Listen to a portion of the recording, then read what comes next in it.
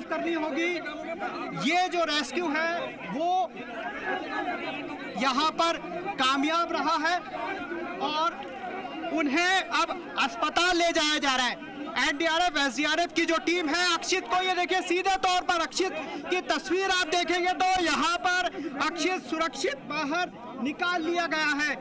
बहुत बड़ी कामयाबी यहाँ पर देखेंगे अक्षित को और यहाँ पर जो सीधे तौर पर यहाँ पर जो भगवान का शुक्रिया किया जा रहा है और पूरी तरीके से यहाँ पर जो अक्षित है उसे नजदीकी अस्पताल में ले जाया जा रहा है ताकि उसका मेडिकल चेकअप यहाँ पर किया जा सके। कुछ खरोंचे यहाँ पर आई है उसको यहाँ पर देख सके, लेकिन अक्षित यहाँ पर जो है 7 घंटे के बाद में सफल ऑपरेशन यहाँ पर किया गया है। सीधे तौर पर यहाँ पर जो एनडीआरएफ एसडीआरएफ के जो जवान हैं उनसे हम बातचीत यहाँ पर करने की कोशिश करेंगे। आप बताइए सर, आप लगातार यहाँ पर जुटे हुए थे, अब सफल ऑपरेशन यहाँ पर हो गया। बिल्कुल बिल्कुल, बहुत अच्छा लग रहा है। ठीक है, बिल्कुल अक्षित जी, प्रशासन को भी, यहाँ का जो लोकल प्रशासन है उसको बहुत धन्यवाद और हमारी जो टीम के जवान है एसडीआरएफ के और आपसे जानना चाहेंगे सुरक्षित बाहर निकाल लिया गया है? बिल्कुल, बहुत खुशी की बात है और हम सभी की मेहनत रंग लाई है। एसडीआरएफ, सिविल डिफेंस, एनडीआरएफ और जो सारे ऑफिसर्स बातचीत वगैरह कर रहा था। बिल्कुल एब्सोल्युटली फिट एंड फाइन है और अभी इसको एम्बुलेंस से हॉस्पिटल ले गए हैं और सब कुछ ठीक है, बढ़िया है। बिल्कुल सब कुछ ठीक है। एक बार फिर से हम लगातार जो तस्वीर आपको दिखाने की कोशिश करेंगे और यहाँ पर जो जिला प्रशासन के अधिकारी हैं उनसे हम बातचीत यहाँ पर कोशिश करेंगे कि, और ये देखिए यहाँ पर ये गड्ढा था। सर आपसे जानना चाहेंगे, बहुत बड़ी राहत है आप लोगों के लिए भी और पूरे प्रशासन के लिए भी।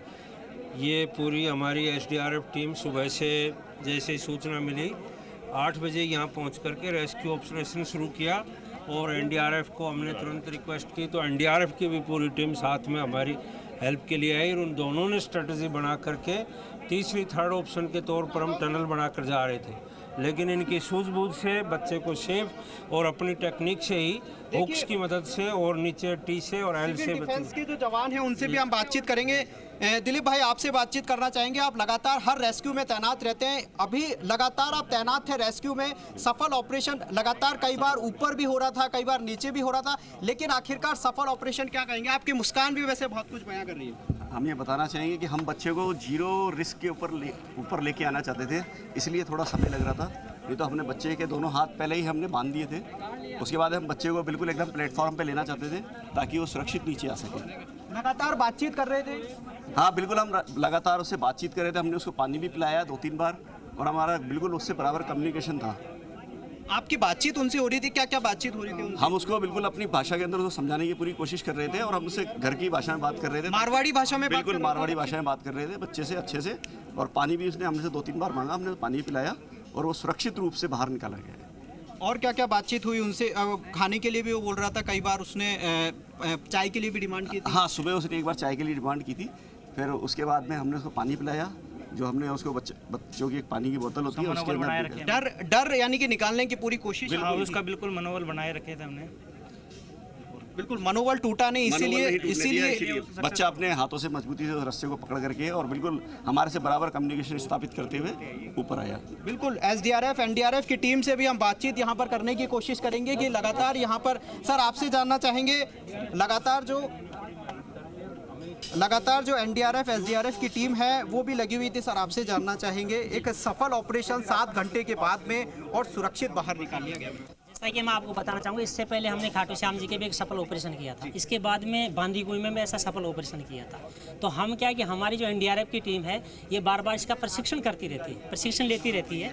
तो हमें जैसे ही सुबह हमें 10 बजे इसका पता चला, हम यहाँ 11 बजे पहुँच गए, नज़दीक किशनगढ़ से हम आए। उसके बाद में जैसे एसडीआरएफ ने ट्राई किया लेकिन नहीं निकल पाए, उसके बाद में एनडीआरएफ ने अपनी जगह ली और एनडीआरएफ ने अपने जो रिंग टाइप का निकाल के एल हुक निकाल के उसको बच्चे को सीधा किया और हाथों को लॉक किया। लॉक करने के बाद में बच्चे में वजन ज़्यादा था, तो इस वजह से बच्चा क्या है कि और स्पेस कम था अंदर, इसलिए वो क्या कि हाथ ऊपर नहीं हो पा रहा था। इस वजह से एल टाइप निकाल के बच्चे को सीधा किया गया और बच्चे को सकुशल बाहर निकाल गया। सकुशल बाहर निकालिए। दिक्कतें कहाँ हो रही थी पूरे रेस्क्यू में? कई बार बच्चे को हाथ भी अटका लिए गए थे लेकिन वो बाहर नहीं आ पा रहा था, क्या दिक्कतें हो रही थी? उसमें दिक्कत ये थी कि ये जो बोरवेल का डायो है ये 10 इंच का था और बच्चा 9 ईयर का था, इस वजह से थोड़ा दिक्कत आ रही। बच्चा अपने आप को खड़ा नहीं कर पा रहा था बोरवेल में और बच्चा इस बार इस टाइप में गिरा था कि बच्चे अपने हाथों को ऊपर नहीं कर पा रहा था।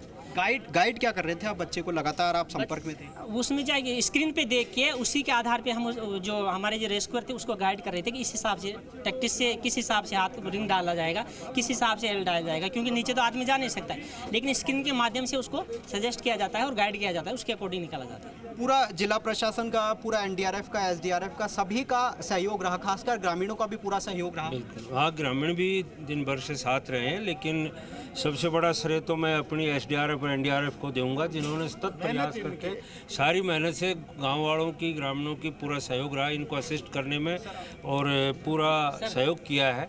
लेकिन टेक्निकल सपोर्ट और पूरा मदद जो की है वो हमारी एनडीआरएफ और एसडीआरएफ की है, जिन्होंने बड़ी ही धैर्य से सब कुछ सुनते हुए, सारा करते हुए बच्चे को अल्टीमेटली सेफ बाहर निकाला है। ये योगेश जी, आपसे भी बात करना चाहूँगा। आप लगातार संपर्क में थे, बच्चे के संपर्क में भी थे, लगातार टीम के संपर्क में भी थे।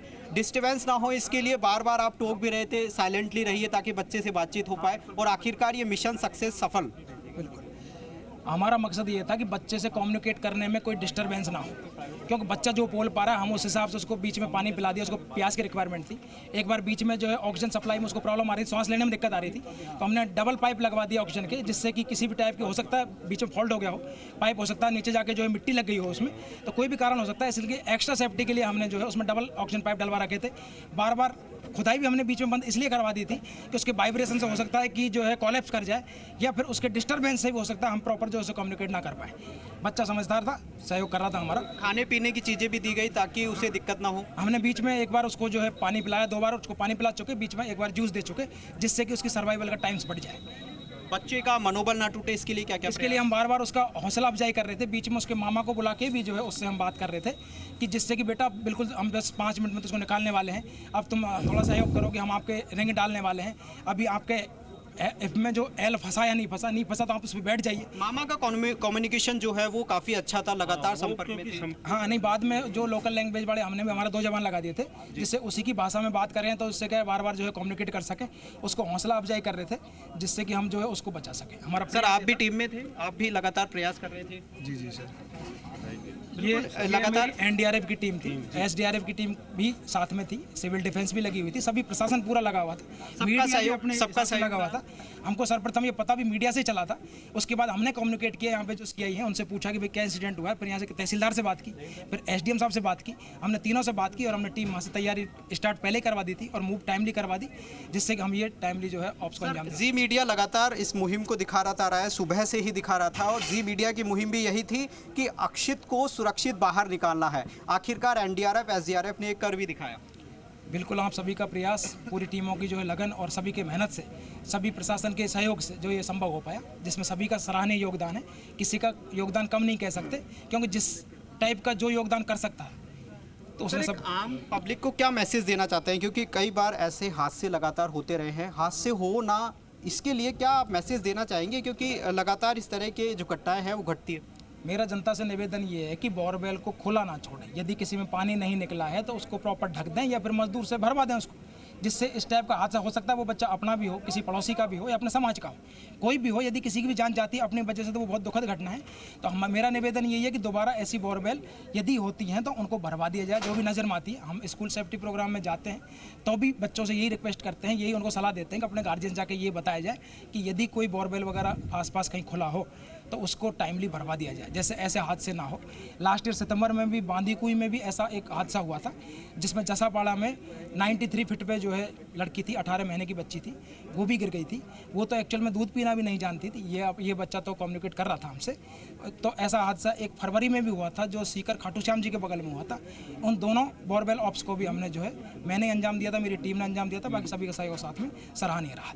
सर, एक जुगाड़ के बारे में आपसे समझना चाहेंगे, किस तरह का जुगाड़ था और किस तरह के इक्विपमेंट्स आपने इसमें इस्तेमाल किए गए, क्योंकि पहले देखा जाता था इस तरह के इक्विपमेंट्स का इस्तेमाल नहीं होता था। अब तकनीक बदल रही है, इक्विपमेंट्स भी बदल रहे हैं, जिसके जरिए आसानी से सुरक्षित बाहर संवाद करके निकाला गया बच्चे को। किस तरह का ये इक्विपमेंट? नहीं, एक्चुअल में बोरवेल में बच्चा किस प्रकार से लॉक हो सकता है उसकी हम ड्राइव प्रैक्टिस करते रहते हैं। उसमें हमने एक डमी बोरवेल बना रखा है, उसमें क्या करते हैं हम अलग अलग टाइप के रिंग्स रखते हैं जो हाथ में फंसा सकें, उसकी बॉडी में फंसा सकें।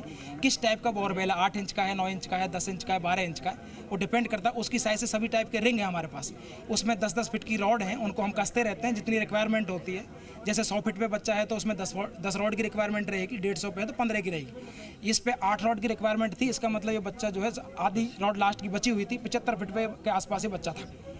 तो उसमें सभी टाइप की टेक्निक्स यूज की जाती हैं, साथ में कैमरे का सहयोग रहता है जिससे कि हम उसकी लोकेशन से देख के उसको मूवमेंट। बिल्कुल, हमसे बातचीत करने के लिए शुक्रिया। और तमाम तरह के जो करना चाहूँगा कि गवर्नमेंट ने एक हेल्पलाइन भी इसमें शुरू की हुई है और मोबाइल नंबर डेडिकेटेड है, तो जिनके बोरवेल खुले हैं उनको भी ये कम्युनिकेट करने के लिए बताया ताकि गवर्नमेंट इस पर अप्रिसिएशन, उनको टाइमली इस पर एक्शन हो सके। सर, जिला प्रशासन के यहाँ पर जो अधिकारी है वो भी मौजूद है। सर, आपसे जानना चाहेंगे, आप लगातार साइलेंट करने के लिए बोल रहे थे ताकि अक्षित से बात हो सके, मीडिया को भी लगातार टोक रहे थे क्योंकि अक्षित को बचाना बेहद जरूरी था और जी मीडिया ने भी पूरा सहयोग दिया इस पर।